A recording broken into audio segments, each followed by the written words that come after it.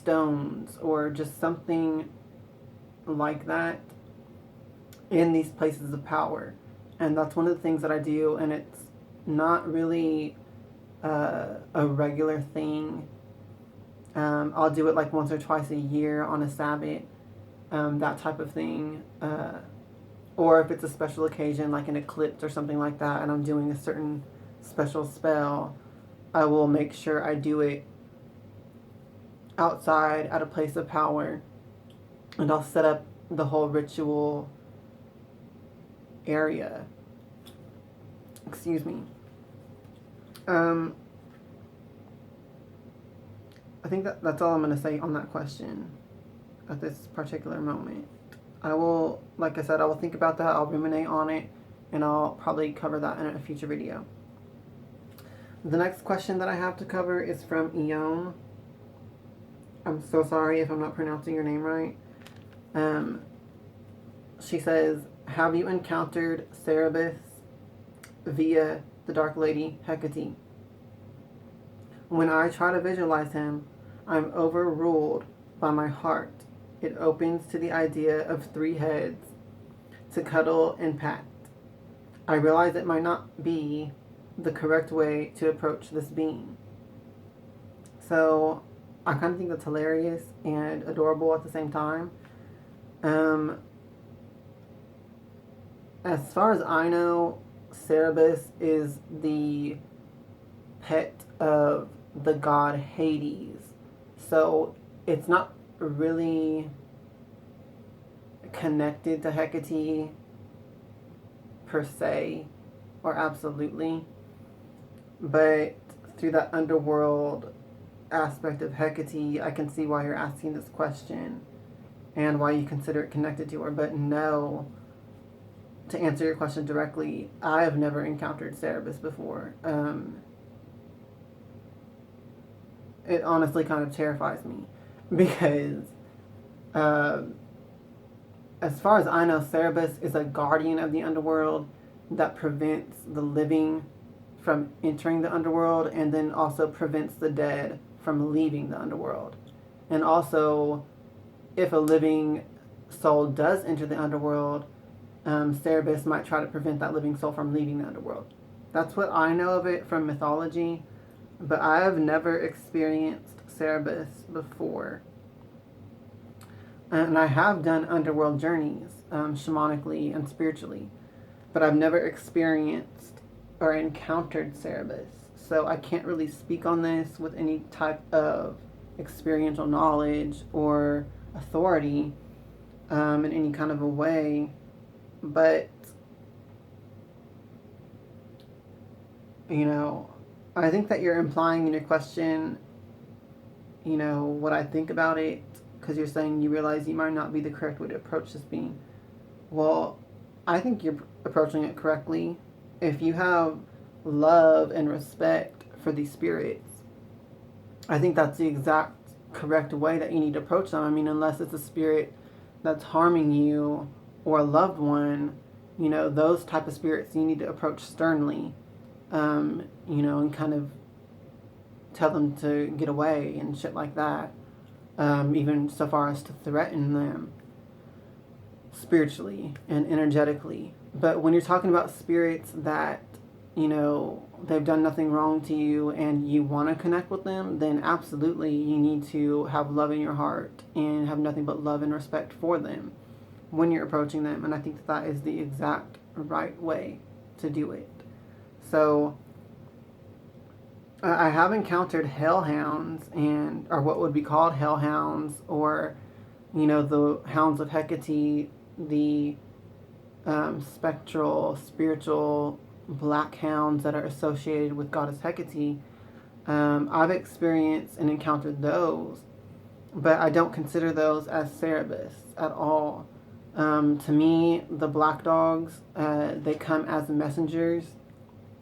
They have different roles to me. Sometimes they come as a warning, whether they're warning me about a situation or whether they're warning me, like, to put me in check. That's how I've experienced the black dogs, as well as sort of in a messenger role, like they sometimes appear when Hecate is communicating with me, and I feel like they're a messenger in that regard, like they're just there bringing me Hecate's messages and communications. And I feel like they also protect, like if I'm dealing with a dangerous situation or with someone that means me harm, they will see these black spectral dogs as a warning to them, like, don't go there with him. So that's how I've experienced the black dogs with Hecate, but I can't say that I've had any experience with Cerebus. So hopefully I still answered your question, though. I'm going to move on. So the next questions, our next little group of questions comes from Julie on Facebook. She says, does it piss Hecate off if I'm not putting her offerings in her spot outside right away? So, no, that does not piss off Hecate. She doesn't get pissed off easily, and to me that's like something so small. No, Hecate does not get pissed off over that. I frequently do this. I will leave an offering to Hecate on her altar, and then I'll let it sit there for like days before taking it out. I don't like to do that. I don't typically plan to do that, but it sometimes just happens. Usually I like to leave her offerings on her altar for like one day. Like I'll do the ritual and then I'll leave the offering there overnight, and then the next day I'll take it outside. That type of thing. But sometimes, I just leave it there. And then I take it out late. And no, Hecate does not get pissed off over that. Not at all. Julie also asks, what if I knocked her wine off the altar by accident? Once again, no. Hecate will not get mad about that. Accidents happen. The gods understand that. So if you accidentally knock down her offering, whether if it's wine, water, or a food offering, if you just knock it down off the altar on accident, no. No spirit should get mad over that. And if they do, I would question that spirit, like, what the hell? If that happens, though, of course, just kind of apologize for it. The same way if you accidentally knocked someone's cup down, that you're having lunch with or that you're having dinner with, and you accidentally knock down their plate of food or something like that, just apologize for it. And then that's that. You might want to replace it. Okay, what if someone sets soda or something on my altar?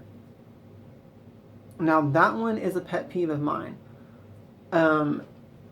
Definitely you want to keep your altar just to a deity.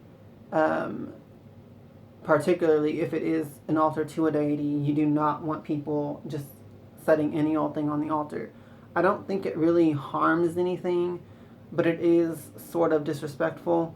And it is sort of like kind of just them saying, oh, this is just a mundane table. It's not, a sacred altar. I will tell you, I have had an experience, though. It depends on their intention, too. Like, if they just absent-mindedly set, their cup of soda or their glass of tea on your altar, just correct them. Just be like, don't set that there. That's my altar. If it's some sort of situation where you're having to tell the person more than once, don't do that. Then they're kind of blatantly disrespecting you, so I'd be more stern about it. But I will tell you, I've had an experience where one of my cousins came to my house one time. This was years ago.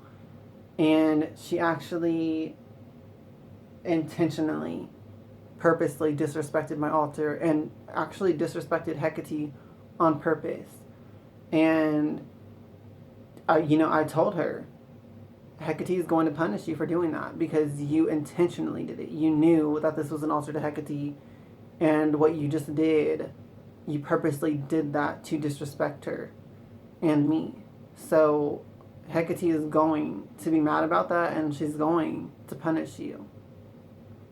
And I told my cousin this. And I even said, by the next full moon, she's going to punish you. And sure enough, that cousin got in a car accident before that next full moon came. And, it is what it is. But there's a difference between someone absent-mindedly setting something on your altar and someone purposely disrespecting the altar and disrespecting the spirit. So, my cousin recovered. She was fine in the end. But, I hope that taught her a lesson of disrespecting different spirits and shit. But who knows? So, like I said, I think it just depends. If someone's absent-mindedly setting something on your altar, I do not think that Hecka T will punish them or be mad about it. Unless it gets to the point to where you've already told this person multiple times, do not do that. And they keep doing it anyway. Hecka T might get mad about that if it continues. Okay. So Julie also asks, should I not ask Hecka T for help with my life every time I'm doing a ritual? Should I just be thanking her sometimes during a complete ritual? I think I've already covered this before. Definitely yes. If you're only doing rituals or whatever and you're only asking for help all the time, you're only asking for something all the time, that might be a little bit disrespectful. Imagine if someone did that to you. If you had a friend and all they ever did was ask you for favors, but they never gave back to you. You might, depending on how it happens, you might consider that a little bit disrespectful, and you might even cut that person off in the end. However, since you're giving Hecka T offerings, obviously, I don't really necessarily think that you're doing anything too wrong, because you are giving back to Hecka T. So I feel like, for me personally, I do pray to Hecka T all the time, giving thanks and gratitude. Almost every single day, I pray and give gratitude. I light an incense every day to her, every morning when I first wake up, or whatever part of the day I wake up in. And I light an incense to her, just to give thanks. I don't ask for anything. I don't make any requests. I just light an incense to her every morning, and it's an offering to her.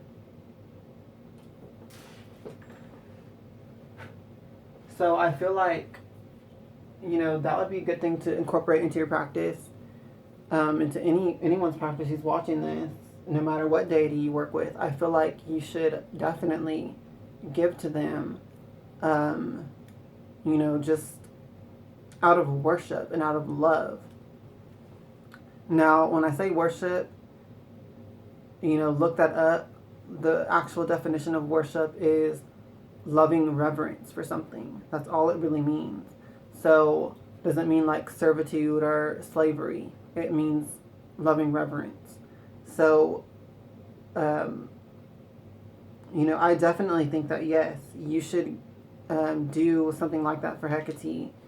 Or for, like I said, for anyone who's watching this, for any deity that you work with, you should definitely give offerings, give love, give worship to that deity daily or frequently, without asking for anything in return. Just give them that. They deserve it. They're a deity, and they do a lot for you. So, they deserve that for sure. Now, definitely, if you're asking for something, you should absolutely give an offering. Every time that you ask a deity for something, you should definitely be giving an offering. It's just the respectful thing to do.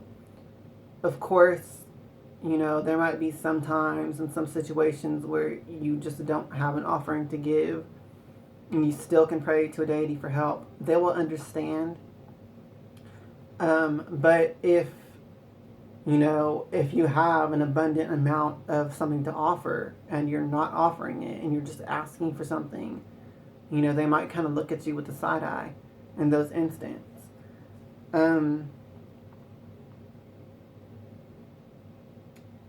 But, you know, I don't think that you're doing anything wrong if every ritual that you do, you're asking for help with something in your life. You know, as long as you're giving the offerings, I think that's okay.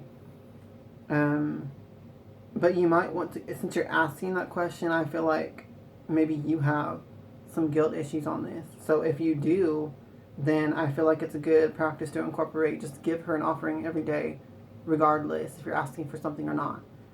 Just incorporate that. You will see a benefit. And Hecka T will notice that you're putting in the extra effort. The next question comes from Atharba, and he asks me, I've always wanted to ask if Hecka T has a deific mask in the Hindu deities. I always felt a strong resemblance to goddess Dhumavati, an early incarnation of Kali, without Shiva. Well, I think absolutely yes. Goddess Hecka T, in the sense of being the cosmic soul, I think that there's even some Hindu mythology on the same thing, that goddess Kali is sort of like the soul of the universe, if I'm not mistaken. Yes, they're absolutely connected. They're absolutely very similar energies. I don't know if they are the same being or the same entity, but I feel like they are. I can't say that they are because, you know, who can really know that for sure? But I definitely feel like many, many deities and many different pantheons are all the same deities. You know, they're just different ways that different cultures interpreted that energy and that deific force. So I do think that, you know, Goddess Kali and Goddess Hecka T, you know, they very well could be the same entity, the same being. I know that you might be interested in reading some books by Jade Soul Luna. He wrote some books on Hecka T, and I believe that he connects Kali and Hecka T in his work. So you might be interested in his books. I have not read them myself yet, but I do feel like he is legit. And so whatever he has written in those books, I'm sure, is very on point. So you might want to look into that. But absolutely, yes, I think that they are very closely intertwined, if not the exact same goddess, in different interpretations of the goddess. Okay, the next questions are from Savannah. And she asked me, right now I've been struggling a lot with my shadow self. I've embraced it years ago, but lately have been feeling that I have no choice. As a whole, my heart just seems very dark, and somehow this is making me wonder if I will attract Hecka T more in her dark aspects now. I fear this because I need her guidance and the light to maintain my balance, but I've been terrified that I will only attract the dark in her in my magic. I've done research, but I'm still in doubt, and because of my doubt, she has seemed distant to me. Is this normal, and do you have any advice? So, first of all, I think you're very brave to be going through this time right now and to be going through this energy, and to still be, you know, asking these questions and focused on wanting to advance your spirituality. So kudos to you on that, first of all. Now, I get what you're saying too, because, you know, whenever I go through dark periods or periods when I feel, you know, a lot of dark emotions, I feel like I do attract, you know, Hecka T to come to me in her dark aspects as well. And she will tell me communications and messages that are dark. Like, you know, let's get an example here. When I get mad at something, or when I'm facing a situation that someone's doing me wrong and I get pissed off about it, Hecka T will guide me in ways, to curse. Um, and in the same breath or in the same note, whenever I feel really happy, when I'm dealing with a lot of good energy, Hecate will guide me in ways to bless others and bless the world at large. So I get what you're saying. I think that your emotions and your thoughts. Hang on a second. I am pouring more wine into my goblet, my chalice, my cup, whatever you want to call it.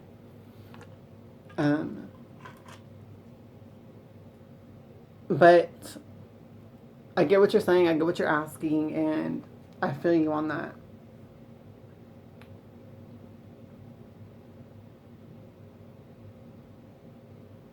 I'm kind of rereading this because it was kind of so long.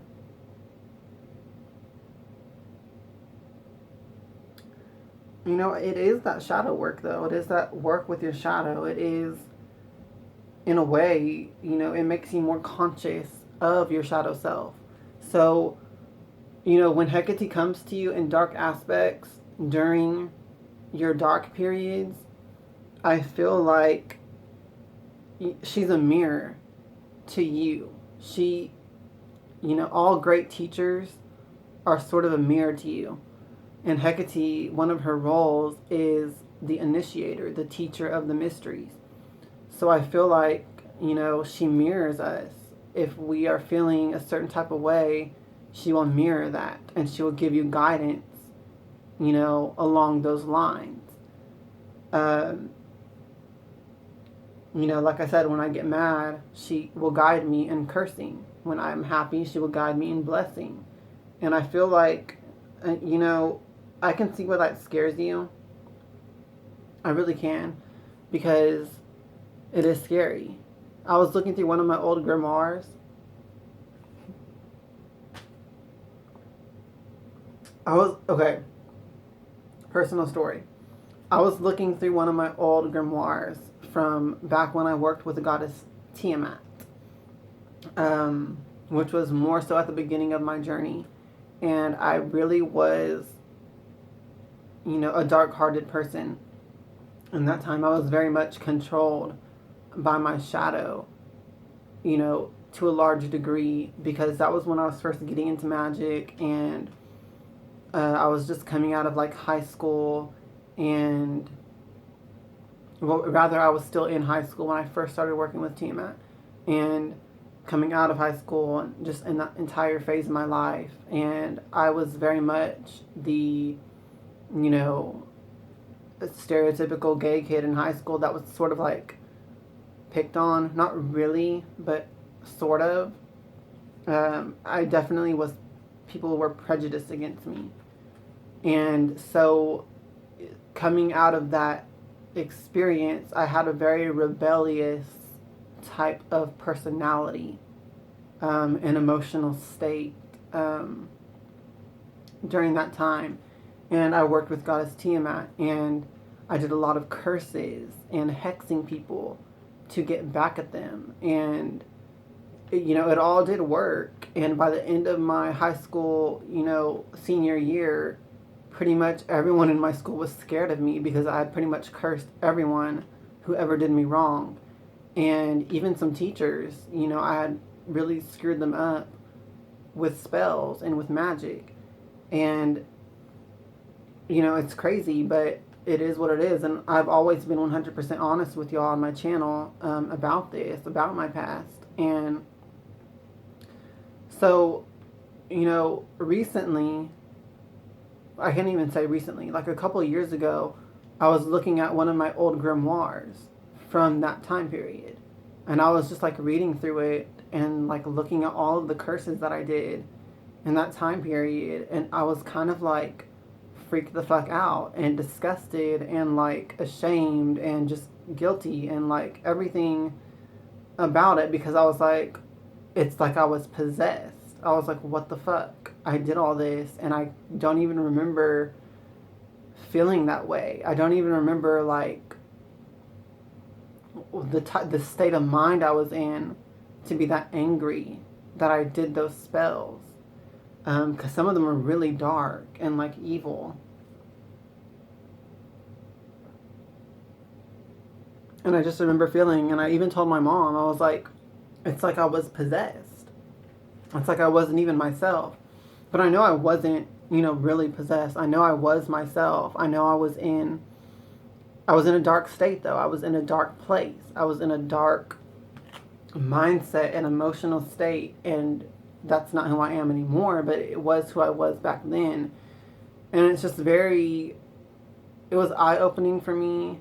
It was,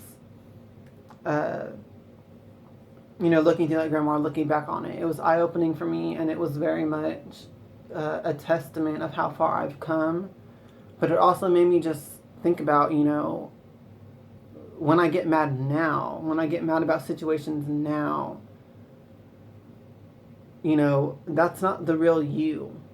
Whenever you become mad or upset about something, that's not who you really are. That is a reaction. That's a reactionary state. And I kind of talked about that on my other video about purification and banishing, the importance of it. Because it's not your true self. It's not you when you're grounded. It's not you when you're centered. It's you as a reaction. And I feel like, I told this whole story because I feel like it's relevant to your question. Because you're saying you're struggling a lot with your shadow self.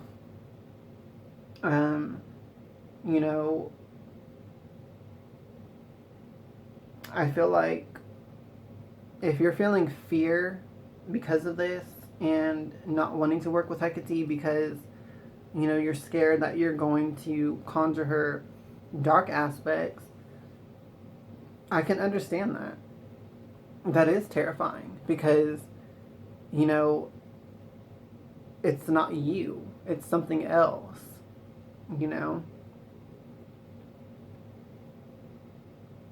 And I can completely understand why you're saying, you fear this because you need her guidance and the light to maintain your balance. I understand that completely too because, there's a lot of times when if Hecka T was not in my life as the light that she is in guiding me like she does, I feel like, I would be so lost and off track if I did not have her as that source. So I can understand why you're asking that or why you're saying that.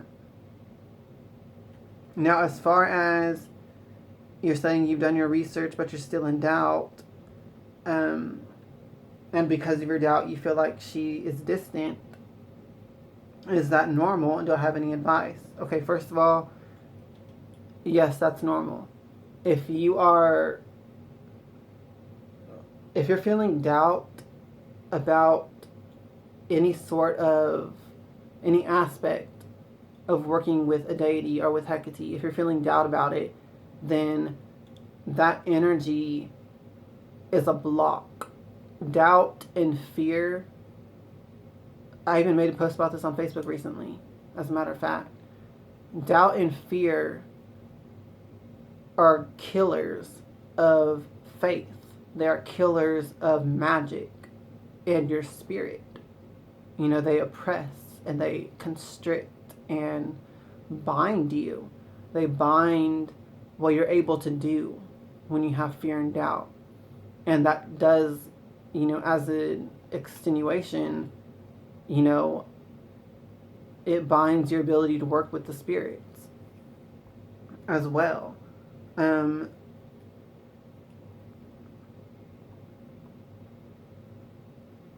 So in the post that I made recently on Facebook, I said,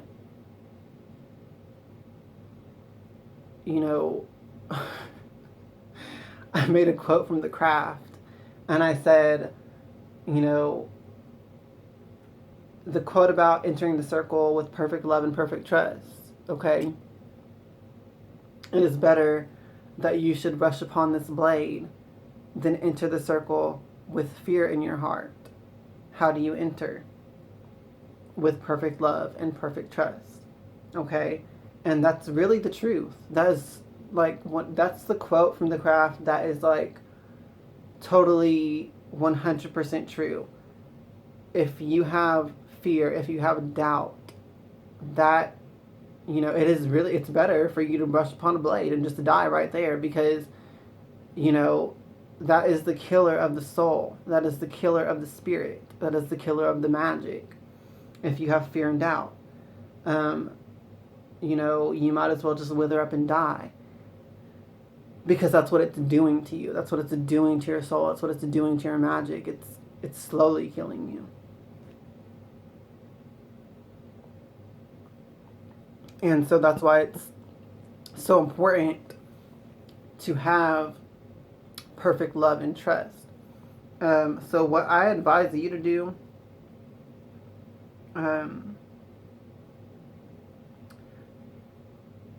you're saying that you're fearful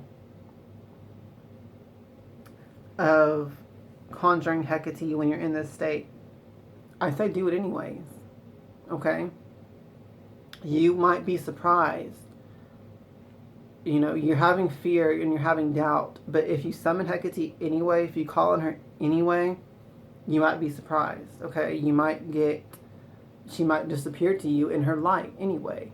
And because of the courage that you're putting in to call on her despite your fears, because of that courage, because of that faith, because of that love and that trust that is stronger, you might be surprised. She might come to you in a higher aspect, in a more light form, and she might even, guide you and bring you answers to a lot of your issues. So that's my advice to you. Call on her anyway, and do it from that space of courage to go forward anyway. Excuse me.